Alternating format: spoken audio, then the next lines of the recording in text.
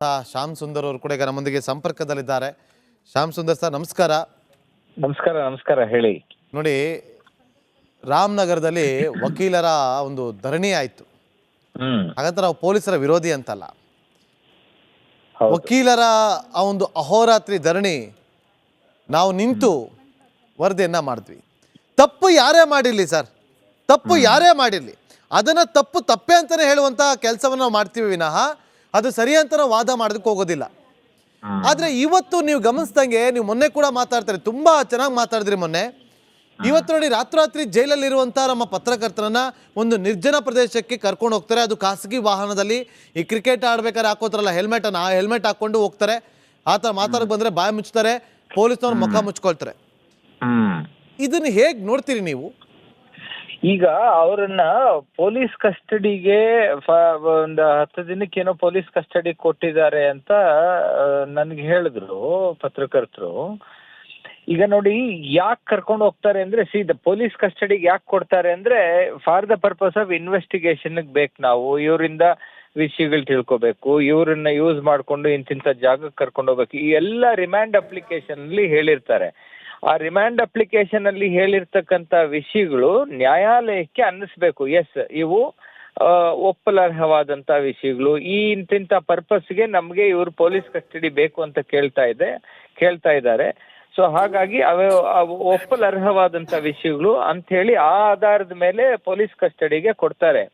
So ಹಾಗಾಗಿ ಇವ್ರು ಏನಕ್ಕೆ ಕರ್ಕೊಂಡು ಹೋಗ್ತಾ ಇದ್ದಾರೆ ಅಂತ ನೀವು ತಿಳ್ಕೊಬೇಕು ಅಂದ್ರೆ, ಫಸ್ಟ್ ರಿಮ್ಯಾಂಡ್ ಅಪ್ಲಿಕೇಶನ್ ಅಲ್ಲಿ ಏನ್ ಹೇಳಿದ್ದಾರೆ ಅಂತಕ್ಕಂಥದ್ದು ಮುಖ್ಯ ಆಗ್ತದೆ, ಅದನ್ನ ತಿಳ್ಕೊಬೇಕಾಗ್ತದೆ. ಈಗ ರಿಮ್ಯಾಂಡ್ ಅಪ್ಲಿಕೇಶನ್ ಅಲ್ಲಿ ಇವರಿಂದ ಕೆಲವರು ಡೀಟೇಲ್ಸ್ ನಾವು ಸಂಗ್ರಹ ಮಾಡಬೇಕಾಗಿದೆ. ಇಂತಿಂಥ ಜಾಗಕ್ಕೆ ಕರ್ಕೊಂಡೋಗಿ ಇವ್ರನ್ನೇನಾದ್ರೂ ಸ್ಥಳವನ್ನ ಗುರುತಿಸಬೇಕಾಗಿದೆ, ಆ ಸ್ಥಳದಲ್ಲಿ ಬೇರೆ ಇನ್ನೇನೋ ಪತ್ತೆ ಕಾರ್ಯ ಮಾಡಬೇಕಾಗಿದೆ. ಯಾಕಂದ್ರೆ investigation is A process of collecting evidence.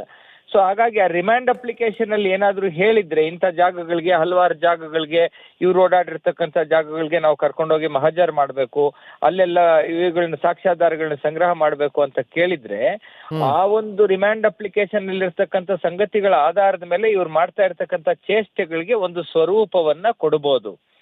ಆ ರಿಮ್ಯಾಂಡ್ ಅಪ್ಲಿಕೇಶನ್ ಅಲ್ಲಿ ಹೇಳದೆ ಇರುವಂತ ವಿಷಯಗಳು ಅಂದ್ರೆ, ಇಂತಿಂತ ಪರ್ಪಸ್ಗೆ ಅಂತ ಹೇಳ್ದಾಗೆ ಬೇರಿನ್ನೇನೋ ಒಂದು ಗುಪ್ತವಾದಂತ ಒಂದು ನೇಪಥ್ಯದಲ್ಲಿರ್ತಕ್ಕಂಥ ಪರ್ಪಸ್ ಕರ್ಕೊಂಡೋದ್ರೆ, ನಾಳೆ ಬೆಳಗ್ಗೆನೆ ಇವ್ರ ಪರವಾದಂತ ವಕೀಲರು, ಮಾನ್ಯ ನ್ಯಾಯಾಧೀಶರು ಯಾರು ಇವರನ್ನ ಪೊಲೀಸ್ ರಿಮ್ಯಾಂಡ್ ಕೊಟ್ಟಿದ್ದಾರೋ ಅವ್ರ ಮುಂದೆ ಹೋಗಿ ತಾಕೀತ್ ಮಾಡಬಹುದು. ಏನಂತ, ಈ ತರ ಕ್ಲೀನ್ ಆಗಿ ನಿಶ್ಚಳವಾಗಿ ಕಾಣಿಸೋ ಹಾಗೆ ಅವ್ರು ಏನೇನೋ ಬೇರೆ ಪರ್ಪಸ್ಗಳೆಲ್ಲ ಯೂಸ್ ಮಾಡ್ತಾ ಇದ್ದಾರೆ, ಅವ್ರು ಅಲ್ಲಿ ಸೇಫ್ ಇಲ್ಲ. ಸೊ ಹಾಗಾಗಿ ಪೊಲೀಸ್ ರಿಮ್ಯಾಂಡ್ ಅನ್ನು ಕ್ಯಾನ್ಸಲ್ ಮಾಡಿ. ಮತ್ತೆ ಬಹಳಷ್ಟು ಕೇಸ್ಗಳಲ್ಲಿ ಸರ್ವೋಚ್ಚ ನ್ಯಾಯಾಲಯ ಹೇಳಿದೆ, ಒಬ್ಬ ವ್ಯಕ್ತಿನ ಪೊಲೀಸ್ ರಿಮ್ಯಾಂಡ್ಗೆ ಕೊಟ್ಟಂತ ಪಕ್ಷದಲ್ಲಿ ಅವ್ರನ್ನ ಯಾವ ರೀತಿ ನಡೆಸ್ಕೋಬೇಕು ಅಂತ. ಅವ್ರಿಗೆ ಯಾವುದೇ ರೀತಿಗಳಲ್ಲಿ ಒತ್ತಡಗಳನ್ನು ತರೋ ಹಾಗಿಲ್ಲ, ಅವ್ರ ದೇಹಕ್ಕೆ ಬೇರೆ ಏನು ಕ್ಷತಿ ತರೋ ಹಾಗಿಲ್ಲ, ಪೊಲೀಸ್ ಇವುಗಳನ್ನ ಎಕ್ಸೆಸಿವ್ನೆಸ್ ಅನ್ನ ಯೂಸ್ ಮಾಡೋ ಹಾಗಿಲ್ಲ. ಇವೆಲ್ಲ ಬಹಳ ಕ್ಲಿಯರ್ ಆಗಿ ನಂದಿನಿ ಸತ್ಪತಿ ಕೇಸ್ನಲ್ಲಿ, ಬಹಳಷ್ಟು ಕೇಸ್ನಲ್ಲಿ ಸುಪ್ರೀಂ ಕೋರ್ಟ್ ಹೇಳಿದೆ. ಸೊ ಹಾಗಾಗಿ ನನಗೇನ್ ಅನ್ಸುತ್ತೆ ಅಂದ್ರೆ, ಈಗ already this is a matter which is being watched very closely by media, ಮತ್ತೆ judiciary is also watching it.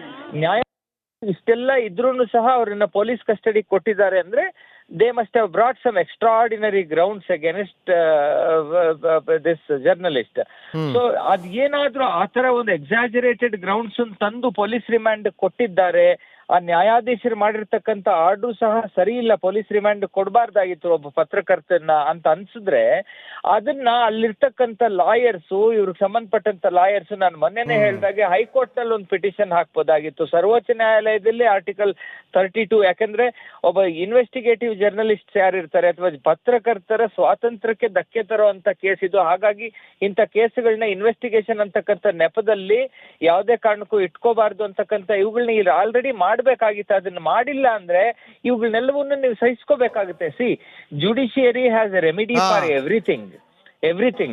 If you have not operated it properly, you can't cry foul for that. And ಈಗ ಈ ತರ ಎಲ್ಲ ಅದು ನೋಡಿ, ಈಗ ನೀವು ಕಾನೂನಾತ್ಮಕವಾಗಿ ಹೇಗೆಲ್ಲ ಹೋರಾಟ ಮಾಡಬೇಕು ಅಂತೇಳಿ ಒಂದಷ್ಟು ಸಲಹೆಯನ್ನ ಕೊಟ್ಟಿದ್ದೀರಿ. ನಾವು ನಿಮ್ಮ ಸಲಹೆಯನ್ನ ನಮ್ಮ ರಿಪಬ್ಲಿಕ್ ಬಾಂಗ್ಲಾ ಟೀಮ್ಗೆ ತಲುಪಿಸುವಂಥ ಕೆಲಸವನ್ನು ನಾವು ಖಂಡಿತವಾಗ್ಲೂ ನಾವು ಈಗಲೇ ಮಾಡ್ತೀವಿ. Thank you Shyam Sundar sir, ನಮ್ಮೊಂದಿಗೆ ಇಷ್ಟೊತ್ತರೆಗೂ ಕೂಡ ಮಾತಾಡೋದಕ್ಕೆ.